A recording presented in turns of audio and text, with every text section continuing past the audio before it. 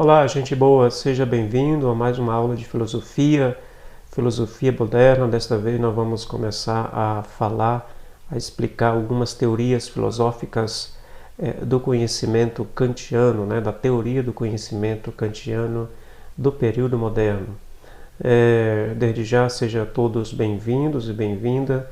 Esperamos que vocês tenham aí a compreensão devida, Qualquer coisa, se não compreendeu alguma temática, é só nos procurar que estamos aí à disposição de cada um de vocês. Então vamos lá, desejo já a cada um de vocês uma boa aula e bons estudos também e boa compreensão em relação à teoria filosófica de Kant. Vamos lá então começar os nossos estudos sobre a teoria filosófica de Immanuel Kant. Nós vamos começar falando sobre o seu idealismo, que está dentro aí do contexto da conjuntura da teoria do conhecimento da filosofia moderna, a partir aí do século XVII, sobretudo. Então, Immanuel Kant é um dos filósofos famosos, também muito estudado aí pelo pessoal das universidades, o pessoal que faz pesquisa sobre o conhecimento moderno, sobretudo no âmbito da filosofia. Então vamos lá, como você já sabe, nós estamos aí apresentando para vocês várias aulas dentro da teoria do conhecimento. Desta vez nós vamos falar sobre Immanuel Kant, vamos falar um pouco da sua história de vida. Esse pensador é alemão, viveu entre os anos de 1724 a 1804, um homem metódico e de hábitos arraigados, lecionou durante 40 anos na Universidade de Königsberg, morreu aos 80 anos, sem nunca ter saído de sua cidade natal. Kant é um dos maiores, ou se não o maior filósofo do iluminismo alemão. O homem para Kant é um ser capaz de se guiar por sua própria razão, sem deixar-se conduzido pelas crenças, tradições e opiniões alheias.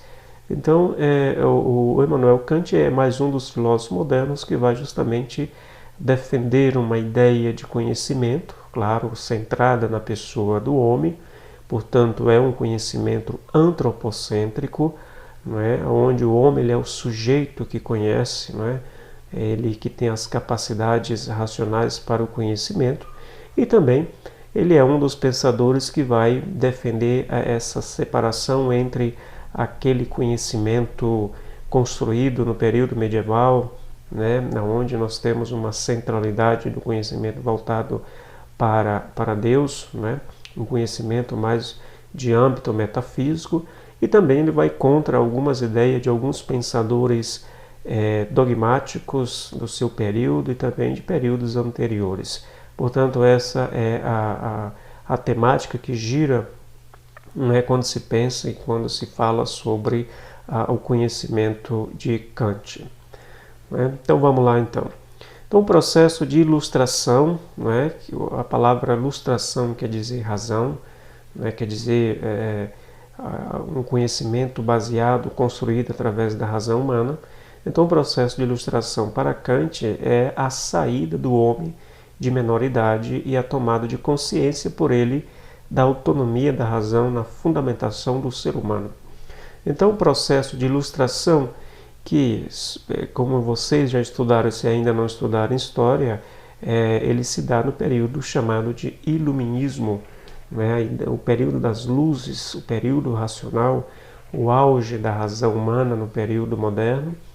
E o Kant vai dizer que esse período é quando o homem ele sai da menoridade, uma forma metafórica de falar, porque segundo ele, quando o homem ele apenas constrói um pensamento baseado em mecanismos metafísicos, ele ainda se encontra numa idade de adolescente, ou seja, de menoridade, ou seja, ele não tem ainda as capacidades racionais dignas ou de pessoa adulta. Por isso ele vai usar essa terminologia para dizer que quando o homem ele começa a pensar pela sua própria capacidade racional, é porque ele já se tornou uma pessoa adulta, madura e consciente acerca do conhecimento. Então, o ser humano, como ser dotado de razão e liberdade, é o centro da filosofia, kantiana. Então, o cerne aqui do pensamento kantiano é o ser humano, né? Obviamente, está centrado na figura do ser humano, por isso um pensamento humanista antropocentrista, a palavra que provém de antropocentrismo, né? Quase não sai a palavra aí, mas saiu, né? Então, onde a figura do homem ela está no centro, né? Nós vamos ver nas aulas seguintes que nós vamos perceber que a figura do homem no período moderno, sobretudo, não só na ideia kantiana, mas ele é um dos que defende isso, quem está no centro do conhecimento e das decisões é o ser humano, o homem no caso, né? Por quê? Porque ele é dotado de razão e, segundo Kant, também ele tem a liberdade, né? Ele alcançou essa liberdade. Por isso ele se torna aí, portanto, o cerne ou o centro da filosofia kantiana. Então Kant afirma que a filosofia deve responder a 4 questões fundamentais: o que posso fazer, como devo agir, o que posso esperar, o que é o ser humano, né? Veja bem que são perguntas que giram sempre em torno do homem. Por isso aqui, que eu coloquei aqui para vocês, quem é o centro? O homem, né? Porque são questionamentos aqui, todos eles centrados na figura do homem. É preciso você se conhecer como homem, né? O que você pode fazer, como deve agir, o que você deve esperar, né? E por último aí, o que é o ser humano. Então é preciso que você se conheça, né?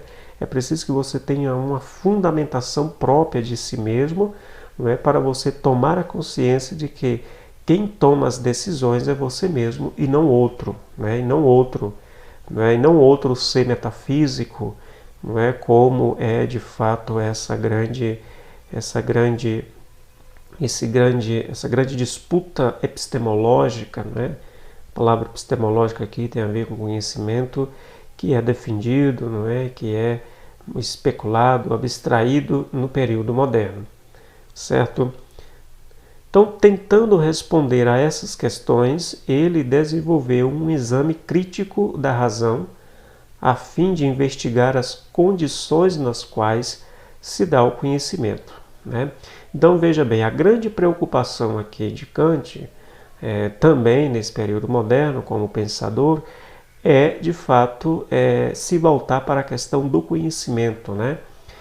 Como o ser humano adquire conhecimento, né? Como que se dá esse processo do desenvolvimento do conhecimento humano, não é? A fim de investigações, não é? Investigar as condições nas quais acontece o conhecimento humano. Como é que isso acontece? É através do sujeito, a existência de um ser exterior ao homem, é através exclusivamente da razão humana? Como é que isso acontece? Então essa é, portanto, uma grande discussão que se dá aí no período moderno para se ter um conhecimento mais seguro acerca do conhecimento, né? Do conhecimento. Haja vista que nós estamos aí dentro de um período que nós já falamos em outras videoaulas, que é sobre a questão da escola racionalista, o período racionalista, que se dá com Descartes, e também o período aí empirista, né, que tem como expoente John Locke, David Hume e outros desse período, né? Os empiristas e racionalistas, um defende a questão da razão, o outro defende a questão da experiência, né, do contato com as coisas que existem ao nosso redor, né? Então, em torno dessas duas realidades, vai, portanto, estabelecer essas discussões para se chegar a uma certa opinião mais firme e concreta de como se dá o conhecimento humano. É somente pela razão ou é necessário ter a experiência com os objetos e as coisas que estão ao nosso redor? Certo? Então, Kant também nesse período ele vai centrar as suas discussões filosóficas em torno desta realidade, ou dessas duas realidades também que estão aí emergentes, né, nesse período moderno. Então, assim se configura o idealismo kantiano, partindo do sujeito como protagonista do conhecimento. Este estabelece uma relação entre sujeito e objeto. É aquilo que eu falava já anteriormente, né? Quem é que está no centro? O sujeito. Quem é sujeito aqui? Homem, pessoa. Ele é o protagonista do conhecimento. Não é? Quem tem a capacidade de conhecer é o sujeito, é o homem, é a pessoa humana. Não é? E aí conhecer o quê? E aí nós vamos entrar, pois, e aí ele já aponta aqui a questão da discussão entre sujeito e objeto. Né? Objetos são as coisas que estão fora, né, da realidade humana, ou seja, que estão fora, que estão aí convivendo conosco, né, na exterioridade, né, que a filosofia vai chamar de objeto. Então, o idealismo, né, o que é o idealismo então, né? A palavra idealismo, ela vem da palavra ideia. A palavra ideia quer dizer conhecimento racional, né? É uma ideia, eu tive uma ideia, eu tive um pensamento. Então, daí nasceu a palavra idealismo.